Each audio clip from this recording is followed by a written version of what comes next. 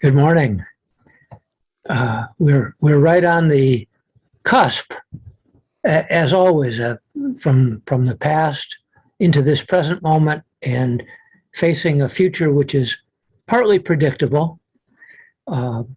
Astronomically, we're right on the cusp. We're halfway between the winter solstice and the spring equinox.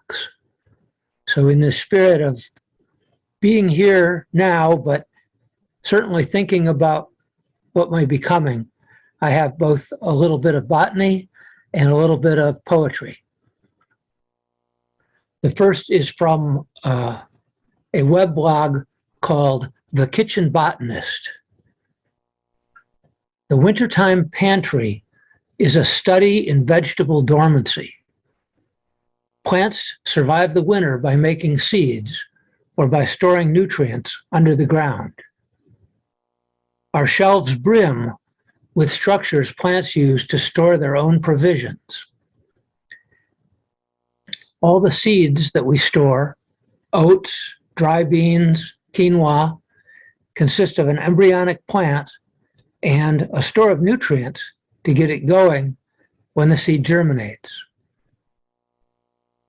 We, of course, use those seeds for our own nutrition. And then, of course, there are so-called roots vegetables. There's a surprising set of storage structures, especially considered botanically. And while some of them are actual roots, there are a variety of other things that botanists classify these.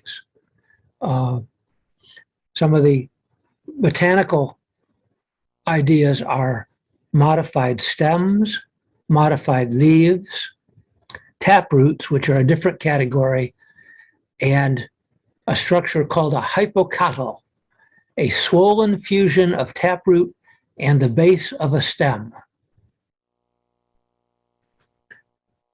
It might be surprising to know that botanically, the white potatoes that we enjoy are closely related to eggplant and to tomatoes, which seem to us to be quite different. The parts that we focus on are quite different.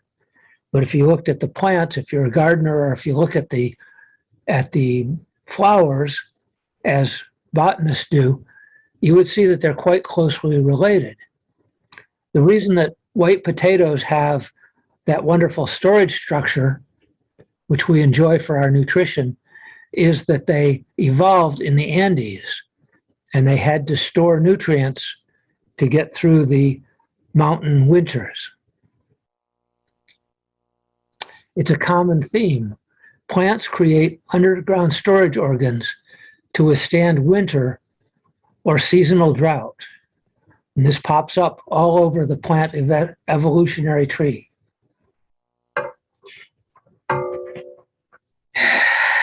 Now for some poetry by Wendell Berry.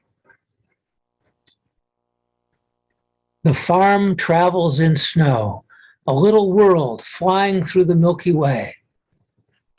The flakes all fall into place.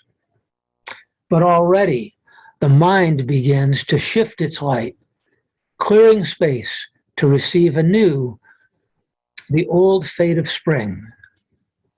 In all the fields and woods, old work calls to new. The dead and living prepare again to mate.